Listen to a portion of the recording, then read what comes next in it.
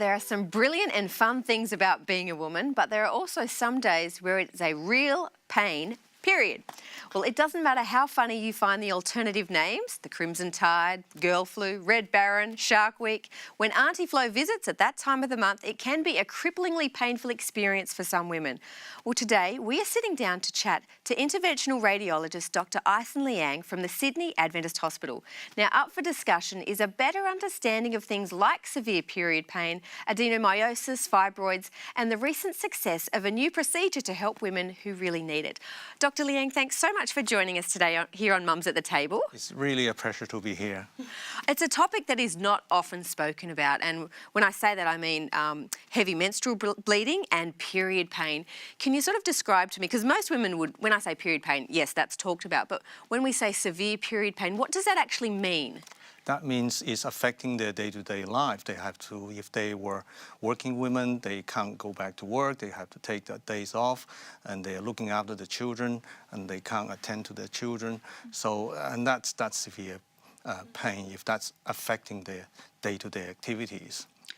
So most women would sort of go, okay, just take a Panadol, take a pill. Would that not be enough?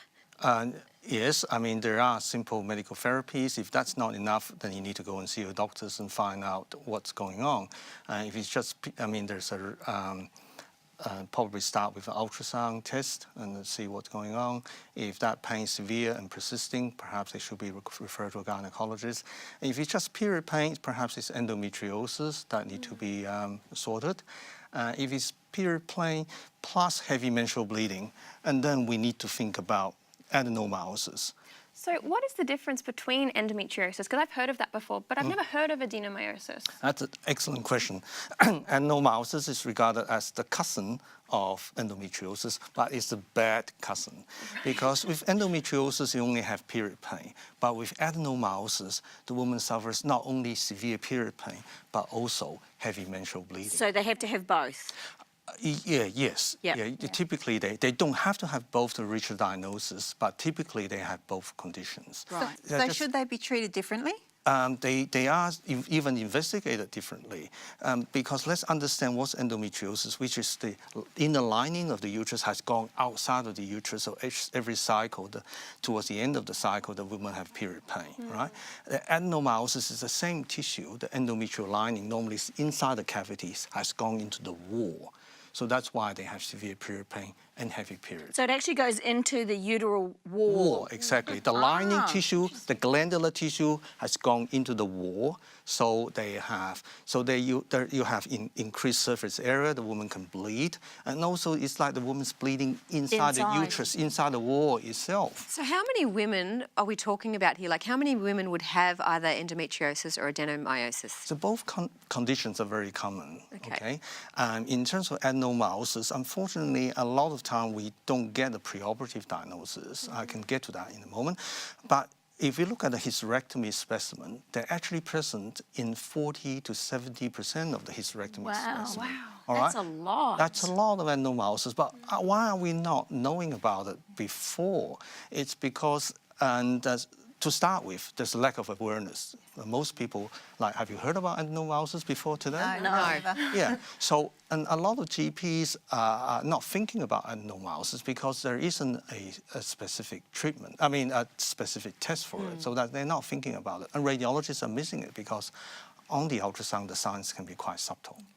Is there something that can be done for it, like and I say this like naturally, like lifestyle or diet or exercise? Is that sort of something that can... You can try all that, and then if that's not working, you should visit your GP. There's some medical therapies, including Mirena. If that fails, in the past, unfortunately, the woman has to face the difficult choice of either putting out the symptoms or hysterectomy. That's pretty drastic, a hysterectomy. So how would you treat it? Okay, I'm an interventional radiologist. We just published a series of 117 women that we treated with embolization. That means blocking of the arteries. So we go in to block the left and the right uterine artery to restrict the blood supply to the uterus. So the adenomyotic tissue will die. And yet, because the normal myometrium can can recruit new vessels, so the uterus will survive, it's not harmed, but the endometrial tissue is gone.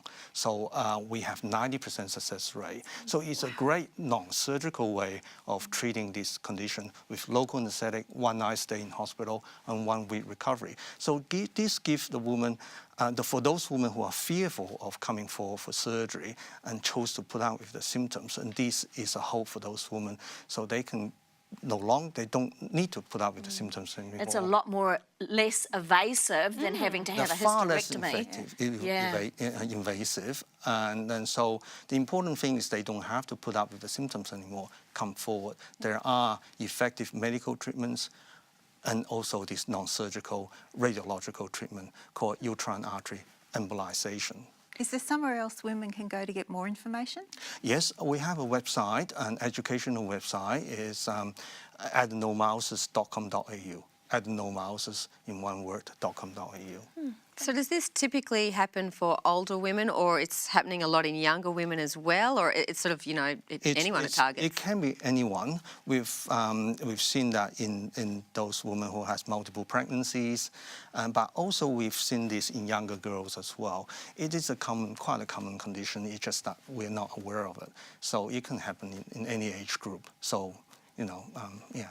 And Julie, it's something that you and I were sort of, talking about a little bit earlier, because we're familiar with it a little bit. And I just sort of remember back to some of those days, and endometriosis was sort of my thing. And I remember those debilitating days where you couldn't go to work. Yeah. And I sort of went to a GP and they were like, yep, you'll just have to take more painkillers, and sort of didn't go any further. Yeah, I had the similar experience being as a young teenager, just having really, really heavy bleeding. My mother taking me to the GP.